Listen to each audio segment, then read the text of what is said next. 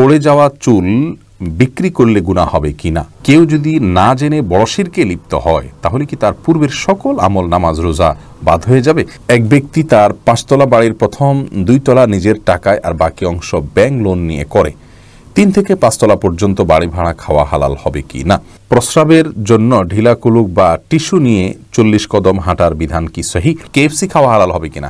রাস্তার গাছে গাছে সুবহানাল্লাহ আলহামদুলিল্লাহ লাগানো হয়, তা কি করা যাবে? নামাজরত অবস্থায় যদি মেয়েদের সাদা স্রাব বের হয় তখন কি ওযু ভেঙে যায়? গাফলতি করে জুমার নামাজ আদায় না করে জোহর আদায় করা কি গুনাহ হবে? মহিলারা বাড়িতে সালাত পড়লে মসজিদে সমান সওয়াব পাবে কিনা? আর বিলম্ব না করে শুরু করি আপনাদের যে সমস্ত প্রশ্ন ইতিমধ্যে আমাদের কাছে এসেছে সেগুলোর উত্তর দিয়ে। রাবেয়া বসরি আপনি জানতে চেয়েছেন, কেউ যদি না জেনে বড় শিরকে লিপ্ত হয় তাহলে কি তার পূর্বের সকল আমল, নামাজ, রোজা বাদ হয়ে যাবে? এক্ষেত্রে তার করণীয় কি? শিরক থেকে বাঁচার কি কোনো দোয়া আছে? বোন রাবেয়া, শিরকে যদি লিপ্ত হন, বড় শিরকে, তাহলে তার পূর্বের সমস্ত আমল বরবাদ হবে। আল্লাহ রাব্বুল আলামিন কোরআনে কারিমে বলেছেন তার রাসূল সাল্লাল্লাহু আলাইহি সাল্লামকে যে ওয়ালাকাদ উহিয়া ইলাইকা ওয়া ইলাল্লাযিনা মিন ক্বাবলিক, হে রাসূল আপনার প্রতি এবং আপনার পূর্বে আগমনকারী সকল নবী রাসূলদের প্রতি ওহী নাযিল করা হয়েছে, লাইন আশরাকতা লা ইয়াহবাতান্না আমালুক, এই মর্মে যে আপনি যদি নিজেও শিরকে লিপ্ত হন আপনার সমস্ত আমল বরবাদ হয়ে যাবে। এজন্য শিরকে আকবরে লিপ্ত হলে, বড় শিরকে লিপ্ত হলে সমস্ত আমল বরবাদ হয়ে যাবে। তবে শিরকে আকবরে লিপ্ত হয়ে যদি কেউ তওবা করে ফেলেন না বুঝে লিপ্ত হওয়ার কারণে, আশা করা যায় আল্লাহ রাব্বুল আলামিন অবশ্যই ক্ষমা করবেন। আল্লাহ তাআলা ক্ষমা করবেন, ওয়াদা করেছেন, বিধায় ক্ষমা হবে, এতে কোনো সন্দেহ নাই। পূর্বের আমলগুলো নষ্ট হয়ে যাবে কিনা, নাকি রিপ্লেস হবে, নাকি সেগুলো থাকবে তওবা করলে, সে বিষয়টি আসলে কোন আয়াত থেকে আমরা পরিষ্কারভাবে বুঝতে পারি না। তবে আশা রাখতে পারি আল্লাহ রাব্বুল আলামিন তার পূর্বের আমলগুলো যদি সে তওবা করেন জীবদ্দশায়, হয়তো আল্লাহ তাআলা সেগুলো বহাল রাখবেন, বাকি তওবা কবুল হবে, এতে কোনো সন্দেহ নেই। আর শিরক থেকে বাঁচার দোয়া হলো আল্লাহুম্মা ইন্নী আউযু বিকা আন উশরিকা বিকা ওয়া আনা আ'লাম ওয়া আস্তাগফিরুকা লিমা লা আ'লাম। আল্লাহুম্মা ইন্নী আউযু বিকা আন উশরিকা বিকা ওয়া আনা আ'লাম ওয়া আস্তাগফিরুকা লিমা লা আ'লাম। হে আল্লাহ, আপনার কাছে আমি আশ্রয় চাই এই মর্মে যে আমার জ্ঞাতসারে বা অজ্ঞাতসারে কোনো শিরক হওয়া থেকে যেন আমি বেঁচে থাকতে পারি, আপনি আমাকে আশ্রয় দান করুন। আল্লাহর কাছে এই মর্মে আপনি দোয়া করবেন। এই দোয়াটি কোনো বর্ণায় আবু হুরায়রা রাদিয়াল্লাহু তাআলা আনহুকে নবী সাল্লাল্লাহু আলাইহি ওয়াসাল্লাম শিক্ষা দিয়েছেন, বর্ণিত হয়েছে। তবে এই হাদিসের মান আমার যাচাই করার সুযোগ হয়নি, কিন্তু দোয়ার অর্থের ভিতরে কোনো খারাপ কিছু নেই। অতএব সুন্নাহ মনে করা ছাড়াও আপনি এই দোয়া পড়তে পারেন, কোনো সমস্যা নেই। মোহাম্মদ মিনহাজ আল মাজমিন আপনি জানতে চেয়েছেন, এক ব্যক্তি তার 5 তলা বাড়ির প্রথম 2 তলা নিজের টাকায় আর বাকি অংশ ব্যাংক লোন নিয়ে করে। 3 থেকে 5 তলা পর্যন্ত বাড়ি ভাড়া খাওয়া হালাল হবে কি না? উপরের যে ফ্লোরগুলো তিনি ব্যাংক থেকে লোন নিয়ে, সুদভিত্তিক লোন নিয়ে করেছেন, সুদভিত্তিক লোন নিয়ে বাড়ি নির্মাণ করলে তার যে উপার্জন সুদভিত্তিক লোনের ভিত্তিতে, সে উপার্জন হালাল হওয়া নিয়ে সন্দেহ রয়েছে, যেহেতু এই ইনভেস্টমেন্টটা সুদভিত্তিক লোনের ইনভেস্ট। তবে এখানে আরেকটি দৃষ্টিকোণও আছে, তা হলো তিনি ব্যাংক থেকে যে সুদে লোন নিয়েছেন, এই কাজটি তিনি অন্যায় করেছেন এবং সুদের কারবারের সাথে জড়িত হয়েছেন। কিন্তু লোন নেওয়ার পর তিনি বাড়ি করেছেন, এখানে লোনের টাকা দিয়ে বাড়ি হয়েছে, সুদের টাকায় বাড়ি হয় নাই। অতএব তার এই বাড়িটা হারাম হবে না, এটা আরেকটা দৃষ্টিভঙ্গি আছে এবং ওলামায়ে কেরাম এই ধরনের কথাও বলে থাকেন। কিন্তু এই সমস্ত ক্ষেত্রেই তাকওয়া হলো ইহতিয়াত এবং সতর্কতাপূর্ণ মত অবলম্বন করা, অর্থাৎ এইগুলোকে অ্যাভয়েড করা। রাহি শাহী আপনি আইডি থেকে জানতে চেয়েছেন, প্রস্রাবের জন্য ঢিলা কুলুক বা টিস্যু নিয়ে 40 কদম হাঁটার বিধান কি সহি? না, 40 কদম পেশাবের পরে ঢিলা কুলুক ধরে আপনার হাঁটতে হবে, এরকম কোনো কথা কোরআন হাদিসের কোথাও বলা হয়নি। এবং এই বিষয়টি মানুষের সামনে যখন হাঁটাহাঁটি করা হয়, জিনিসটা দৃষ্টিকটুও। অতএব কারোর যদি পেশাবের ধারা বন্ধ হতে একটু সময় লাগে, তাহলে তিনি টয়লেটে, ওয়াশরুমে অপেক্ষা করবেন এবং সেখানে তার যদি উঠবস করা লাগে করবেন, কিন্তু মানুষের সামনে তার লজ্জাস্থানে হাত দিয়ে হাঁটাহাঁটি করা দৃষ্টিকটু, এতে কোনো সন্দেহ নেই এবং এরকম কথা করে দিয়েছে, কোথাও বলা হয়নি। আলামিন জানতে চেয়েছেন, কেএফসি খাওয়া হালাল হবে কিনা? কেএফসির কোনো ফুড খাওয়া হারাম হবে না যদি সেটি হালাল পদ্ধতিতে জবে হয়ে থাকে। খাবারটি কে বিক্রি করছেন, কে সরবরাহ করছেন, কারা তৈরি করছেন, সেটি মুখ্য নয়। কার কাছ থেকে আপনি কিনছেন, এগুলো মুখ্য নয়। সেটি হালাল কিনা এটা হলো মুখ্য বিষয়।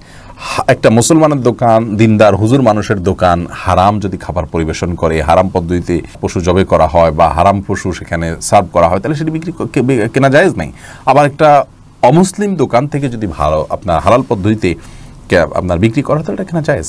এখন আপনি যে দেশে বসবাস করছেন সেখানে কেএফসি এটা কতটা মেনটেন করে না করে, এটার উপরে বিষয়টি নির্ভর করবে হালাল হওয়াটা না হওয়াটা। ওয়ালি আহমেদ শাকিল জানতে চেয়েছেন, রাস্তার গাছে গাছে সুবহানাল্লাহ আলহামদুলিল্লাহ লাগানো হয়, তা কি করা যাবে? গাছে পেরেক লাগিয়ে আপনার বিভিন্ন রকমের জিকির, আজকার ইত্যাদি এগুলো লিখে রাখা, সুবহানাল্লাহ আলহামদুলিল্লাহ, ভালো ভালো উপদেশ, এগুলো জায়েজ নয়। বিশেষ করে পেরেক লাগিয়ে যদি করা হয়, কারণ হলো পেরেক লাগানো এটা গাছের জন্য ক্ষতিকর বলে প্রমাণিত আজকাল। অতএব গাছের জন্য ক্ষতি হলে পরিবেশের জন্য ক্ষতি হলে গাছটার মালিক আরেকজন তার ক্ষতি হবে, এটা করে আপনাকে ইসলাম প্রচার করবার কোনো এখতিয়ার ইসলাম দেয়নি। আরেকজনের পিঠে বা আপনার যিনি প্রচার করছেন আপনার পিঠে যদি একজনে একটা চিকা মেরে দেয় সুবহানাল্লাহ লেখা, আপনি কি সেটাকে অ্যালাউ করবেন? করবেন না। অতএব আপনার জামাটা নষ্ট করলে যেরকম আপনার কষ্ট লাগবে, আরেকজনের গাছ নষ্ট করলে তার কষ্ট লাগবে, এবং গাছেরও যে হক আছে সেটাকে অন্যায়ভাবে আপনি নষ্ট করতে পারেন না, পরিবেশ নষ্ট করতে পারেন না। তবে হ্যাঁ, সেখানে যদি আপনি সুতা দিয়ে বা কিছু দিয়ে বেঁধে রাখেন, গাছের কোনো ক্ষতি না হয়, তাহলে সেক্ষেত্রে এটা আপনি করতে পারেন। তারপরে যদি গাছের মালিক আপনাকে অনুমোদন না দেয়, তাহলে সেটাও আপনার জন্য করা উচিত হবে না। আর যদি গাছের ক্ষতি করা ছাড়া আপনি দেন, তাহলে কোনো মালিক সাধারণত বাধা দেওয়ার কথা নয়। প্রিন্স রাফিন আপনি জানতে চেয়েছেন পড়ে যাওয়া চুল বিক্রি করলে গুনাহ হবে কিনা। যে চুলগুলো পড়ে গেছে সেগুলো বিক্রি করলে গুনাহ হবে, কারণ হলো মানুষের শরীরের কোনো অংশ বিক্রি করা জায়েজ নাই। আল্লাহ রাব্বুল আলামিন আমাদেরকে আমাদের শরীরের কোনো অংশকে বিক্রি করার অধিকার দেননি, কারণ এগুলো সবগুলোর মালিকানা আল্লাহ তাআলার, আমাদেরকে শুধু ইউজ করতে দেওয়া হয়েছে, আমরা এগুলো বিক্রি করতে পারি না। শাকরা রুম্পা জানতে চেয়েছেন নামাজরত অবস্থায় যদি মেয়েদের সাদা স্রাব বের হয় তখন কি ওযু ভেঙে যায়? অনবরত বের হলে করণীয় কি? জি হ্যাঁ, সাদা স্রাব বের হলে ওযু ভেঙে যাবে, কিন্তু এটা যদি অনবরত পড়তেই থাকে, 5টা মিনিটও সময় গ্যাপ না থাকে, পুরো সালাতের ফুল সময়টা ধরে যেতে থাকে একটু একটু করে, তাহলে সেক্ষেত্রে আপনাকে প্রত্যেক ওয়াক্তের জন্য ওযু করে সালাত আদায় করতে হবে। এরপরে ওযু করার পর যদি বের হয় কোনো অসুবিধা নেই, কিন্তু ওই ওয়াক্ত পর্যন্ত ওই ওযু দিয়ে আপনি সালাত আদায় করতে পারবেন। নার্গিস মুক্ত আপনি জানতে চেয়েছেন গাফলতি করে জুমার নামাজ আদায় না করে জোহর আদায় করা কি গুনাহ হবে? অবশ্যই গুনাহ হবে। গাফলতি করে যদি কেউ এই কাজ করেন, তাহলে সেক্ষেত্রে এর কারণে তিনি আল্লাহ রাব্বুল আলামিনের কাছে অপরাধী হিসাবে, সালাত ত্যাগকারী হিসাবে বিবেচিত হবেন। সালাত ত্যাগ করলে কোনো কোনো ক্ষেত্রে আপনার সেটি আমাদের ঈমান থেকে বের হওয়ার জন্য দায়ী বা কারণ হিসাবে বিবেচিত হয়, বিধায় এটি কোনো অবস্থাতে জায়েজ হবে না গাফলতি করে। হ্যাঁ, জুমার বিকল্প জোহর ওই ব্যক্তির জন্য যে ব্যক্তির উপরে জুমা প্রযোজ্য নয়, যেমন তিনি সফরে আছেন বা এমন কোনো জায়গা আছেন যেখানে জুমার কোনো অ্যারেঞ্জ নেই, হতে পারে না, এই জাতীয় হলে মেয়ে মানুষ, তাদের জন্য জুমার বিকল্প হলো জোহর। কিন্তু যার জন্য জুমা প্রযোজ্য একজন পুরুষ সুস্থ স্বাভাবিক মানুষ, তিনি কিন্তু জোহর আদায় করলে তার সেই ওয়াক্তের ফরজ আদায় হবে না। শারমিন আক্তার জানাচ্ছেন মহিলারা বাড়িতে সালাত পড়লে সিজদা মসজিদের সমান সওয়াব পাবে কিনা? খুবই গুরুত্বপূর্ণ প্রশ্ন বোন শারমিন।